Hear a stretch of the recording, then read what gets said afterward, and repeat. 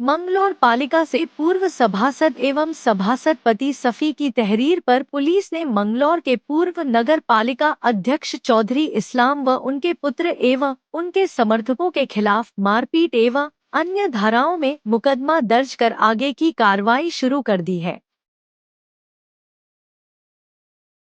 मंगलौर में पूर्व विधायक स्वर्गीय सरबत करीम अंसारी के पुत्र उबेदुर रहमान के कार्यालय पर शफी ने प्रेसवार्ता कर जानकारी देते हुए बताया कि वह 16 जुलाई को नगर पालिका कार्यालय में हरेला पर्व के लिए पौधे लेने गए थे। तभी वह किसी काम से कार्यालय के अंदर गए, जहां अधिकारियों से वार्ता करने के बाद वह नगर पालिका अध्यक्ष के कक्ष में चले गए। एडवोकेट शफी के अनुसार वहां पूर्व अध्यक्ष इस्लाम चौधरी, उनके पुत्र आसिफ जिशान याकूब, ठेकेदार नैयर आजम अंसारी, मसीउज्जमा खान बैठे थे। शफी के अनुसार वह उन्हें देखते ही अपशब्द कहने लगे और अपने आप को वहां का चेयरमैन बताने लगे। शफी ने आरोप लगाया कि उन लोगों ने तमंचे के बल पर उन्हें पकड़ लिया और प्लास्टिक की रस्सी से गला घोंटने का प्रयास किया। शफी के अनुसार उन्होंने कहा कि अपने आदमियों द्वारा उनके खिलाफ की गई शिकायतें वापस ले, अन्यथा वह उसकी हत्या कर देंगे। शफी ने बताया उन्होंने उनकी पत्नी का इस्तीफा दिलवाने की बात कही और उनके कपड़े भी फाड़ दिए। आरोप है कि चौधरी इस्लाम और समर्थक उनकी हत्या करना चाहते थे, जिस इरादे के साथ मारपीट शुरू कर दी। शफी ने कहा जब उन्होंने शोर मचाया तो काफी संख्या में वहां लोग आ गए। उन लोगों ने उन्हें वहां से बाहर निकालना चाहा तो उनके साथ भी मारपीट की गई। किसी तरह वह बचकर वहां से भागे तो उनके पीछे 60 से 70 लोग दौड़ पड़े। वही तहरीर के आधार पर पुलिस ने नगर पालिका अध्यक्ष चौधरी इस्लाम एवं समर्थकों के खिलाफ संबंधित धाराओं में मुकदमा दर्ज कर लिया है। साथ ही एडवोकेट शफी ने प्रशासन से अपील भी की है कि उनको उक्त घटना में इंसाफ मिले और शफी ने ये भी कहा कि अगर भविष्य में उनकी साथ कोई घटना होती है तो उसका जिम्मेदार पूर्व पालिका अध्यक्ष चौधरी इस्लाम व उनके समर्थक होंगे।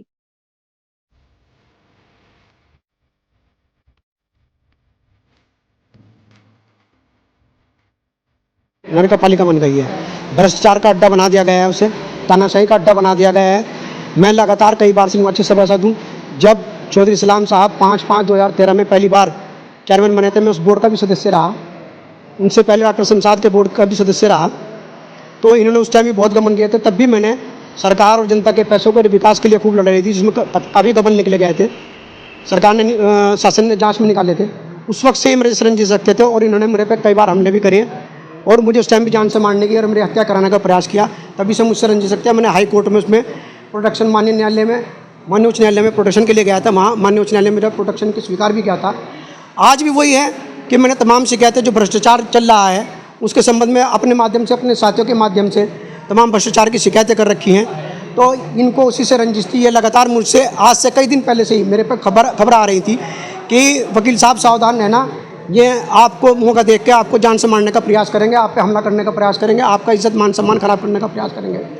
लेकिन मुझे इतना बड़ा अफसोस हुआ कि जब मैं नगर पालिका में गया, इन्होंने मेरे साथ इतना बड़ा कांड किया, मेरी हत्या करने का प्रयास किया और सैकड़ों की भीड़ मेरे ऊपर चढ़ी और मुझे मेरी हत्या करने का प्रयास किया। अगर यहाँ अंसारी भाई और बिरादरी के भाई, कुरैशी भाई ये ना होते तो आज निश्चित रूप से मैं आज मीडिया में यहाँ आपको बैठ न देता होता, निश्चित रूप से अल्लाह को प्यारा जाता। और आज जो आपके साथ मारपीट हुई, क्योंकि मैंने इनके लगातार गबन खुलवा रहा हूँ, मैं इनकी जांचें करा रहा हूँ। सूचना के अधिकार में मैंने साथियों के माध्यम से सूचना मांग रखी हैं, उनके माध्यम से इनकी जांच करा रखी है, सब चीज़ की जांच करा रखी है मैंने। स्पीड ब्रेकर की, इंटरलॉकिंग टैलो की, नाले सफाई की, सड़क निर्माण की जो टूट गई बनती सार, इन सब की दिलवा रखी है। ठेका पड़ता में घोटाले की, डीजल में घोटाले की, हर चीज़ में घोटाले की जो मैंने अपने साथियों के माध्यम से डरवा की। तो इन कल शिकायत वापस ले लो और जो हमारे जांच में पैसे खत्म हो रहे हैं वापस कर दो, अन्य तुम्हारा हत्या कर दी जाएगी और नगर पालिका में आना बंद कर दो, अपनी पत्नी से इस्तीफा दिलवा दो, वरना तुम्हें व तुम्हारे परिवार को ऐसी जगह तुम्हारी हत्या की जाएगी कि तुम्हारे लाशी भी नहीं मिलने की और तुम्हारे पे इतने मुकदमा कायम कराए जाएंगे, तुम्हें मंगलौर छोड़ के जाना पड़ेगा। भाई साहब उन्हीं के समर्थन से मोहिद्दीन जो हैं चेयरमैन बने हैं और मोहिद्दीन जो हैं आज उनके हाथों की कठपुतली बने हुए हैं। और मोहिउद्दीन भाई पर उनका पूरा दबाव है। मोहिउद्दीन भाई उनके चंगुल से, उनके जाल से बाहर नहीं निकल पा रहे हैं। और जो चौधरी इस्लाम कह रहे हैं नगर पालिका में वही हो रहा है, जिसे ठेका देना जा रहा है उसे ठेका दिया जा रहा है, जिसे काम देना जा रहा है काम जा रहा है, जिसे रखा जा रहा है उसे रखा जा रहा है। आप ये देख लिए कि चौधरी इस्लाम साहब चेयरमैन नहीं हैं, उनके घर पे 2 कर्मचारी नगर पालिका के लगे हुए हैं, आतिफ वगैरह। और उनकी गाड़ी जो है, गाड़ी का जो ड्राइवर है वो भी नगर पालिका से उसकी तनख्वाह निकल रही है। जावेद जो हमारा पूल ड्राइवर है उसका लड़का रखा हुआ है। तो आप खुद देख लीजिए कि किसकी चल रही है वहाँ। मेरी तो यही रिक्वेस्ट है कि नगर पालिका में इस तरह की तानाशाही ख़त्म हो, जनप्रतिनिधियों का सम्मान हो, जनता का काम हो, विकास के कार्य हो, साफ स्वच्छ तरीके से जिस जज्बे और जज्बात के साथ जनता ने वोट दिया है, मैंडेट दिया है, उस मैंडेट का कदर करते हुए यहाँ की पब्लिक का, जनता का, सड़क का, बिजली का, नाले का, स्कूल का, सबका विकास कराया जाए। और सबके विकास में जनता की जो भागीदारी है उसे सुनिश्चित की जाए, जनता के विकास के लिए कार्य किया जाए। ये पैसा सरकार जनता के विकास के लिए देती है, ना कि बंदरबाट के लिए देती है। सरकार जनता के विकास के लिए पैसे, ये निकाय इसलिए बनाए गए हैं। लेकिन आज निकायों में जो भ्रष्टाचार हो रहा है वो भी सरकार को देखना चाहिए।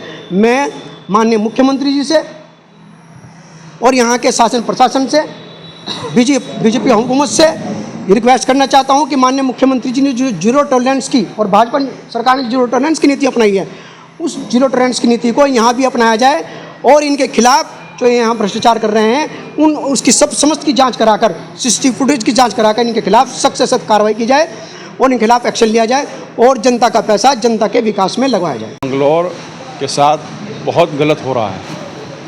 सरकार जो है पैसे का आवंटन जो करती है नगर पालिकाओं में, वो कस्बे को करती है और कस्बे की बजाय वो सारा पैसा जो है बंदर बाट करके जेबों में भरा जा रहा है।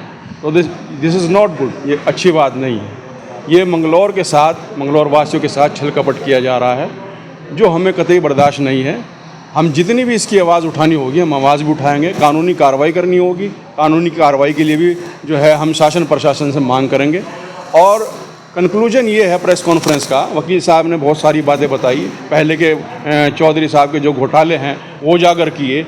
ये वाकई एक बिल्कुल सच बात है कि उस वक्त जब चौधरी इस्लाम साहब पूर्व में चेयरमैन रहे, उस वक्त काफ़ी घोटाले हुए और घोटाला पालिका हो गई थी, नगर पालिका नहीं, घोटाला पालिका हो गई थी उस वक्त। तो आज उसी की तर्ज पे, क्योंकि मोहिउद्दीन एक नया चेहरा है, उसको इतना नहीं पता, उसे तो बेचारे को इतना भी नहीं पता कि तेरा मिसयूज़ किया जा रहा है और इसका असर तेरे पे आएगा और फ़ायदा कोई और उठाएगा। तो कहने का मतलब लब्बो-लुबाब ये है, कंक्लूजन ये है कि उस तर्ज पे जैसे पहले काम होता था इनके टाइम पे, उसी तर्ज पर आज भ्रष्टाचार हो रहा है, मंगलौर को लूटा जा रहा है, बंदर बाट करी जा रही है, वहाँ बैठ कर के गुंडागर्दी करी जा रही है, शराबें पी जा रही हैं। जो जनप्रतिनिधि है बेचारा अपने वार्ड की बात लेकर के जा रहा है, उसे वहाँ से निकाला जा रहा है, उसकी सार मार पिटाई हो रही है। अभी शफी भाई का मामला सामने आया। शफी भाई अगर वहाँ सब लोग इनकी जान बचाने के लिए ना पहुँचे तो हो सकता था आज ये हमारे बीच में ना होते, इन्हें मार दिया जाता। तो ये बहुत बड़ा मामला है, कानून इसमें जो है निष्पक्ष कार्रवाई कर रहा है। उसने मुकदमा भी दर्ज किया है और हमें पूरी उम्मीद है कि इसमें कार्रवाई भी होगी और हम कार्रवाई की मांग भी करते हैं।